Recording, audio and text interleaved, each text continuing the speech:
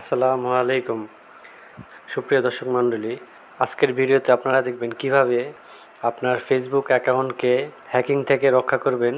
দুইটি উপায়ে, দুইটি সেটিংস অন করলে কেউ আপনার ফেসবুক হ্যাক করতে পারবে না। আপনার ফেসবুক 100% সিকিউর থাকবে।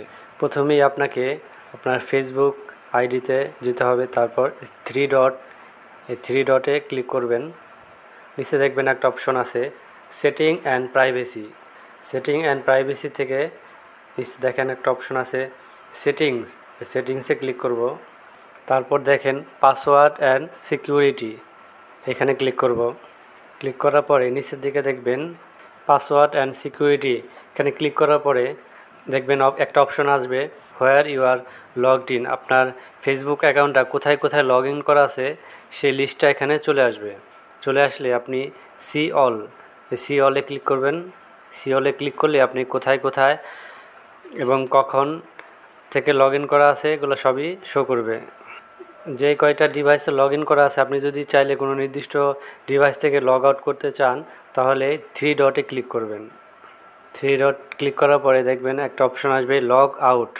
এই লগ আউটে ক্লিক করব। লগ আউটে ক্লিক করলেই ওই ডিভাইস থেকে আপনার ফেসবুকটা লগ আউট হয়ে যাবে। এটা হলো একটা ওয়ে। আর দ্বিতীয় ওয়েটা হলো, দেখেন ব্যাকে যাবেন, পাসওয়ার্ড অ্যান্ড সিকিউরিটিতে নিচে একটা অপশন আছে টু ফ্যাক্টর অথেন্টিকেশনে ক্লিক করব। ক্লিক করব।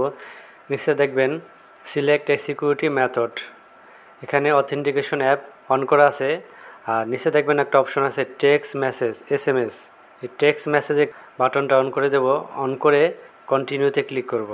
কন্টিনিউতে ক্লিক করলে আপনি এখানে যে মোবাইল নাম্বারটা দিবেন, যদি কেউ হ্যাক করতে চায় বা লগ ইন করতে চাইলে আপনার ওই নাম্বারে একটা কোড নাম্বার যাবে। কোড নাম্বারটা এখানে দিতে হবে, তারপরে লগ ইন করতে পারে। আর কোড নাম্বারটা না দিলে কেউ লগ ইন করতে পারবে না।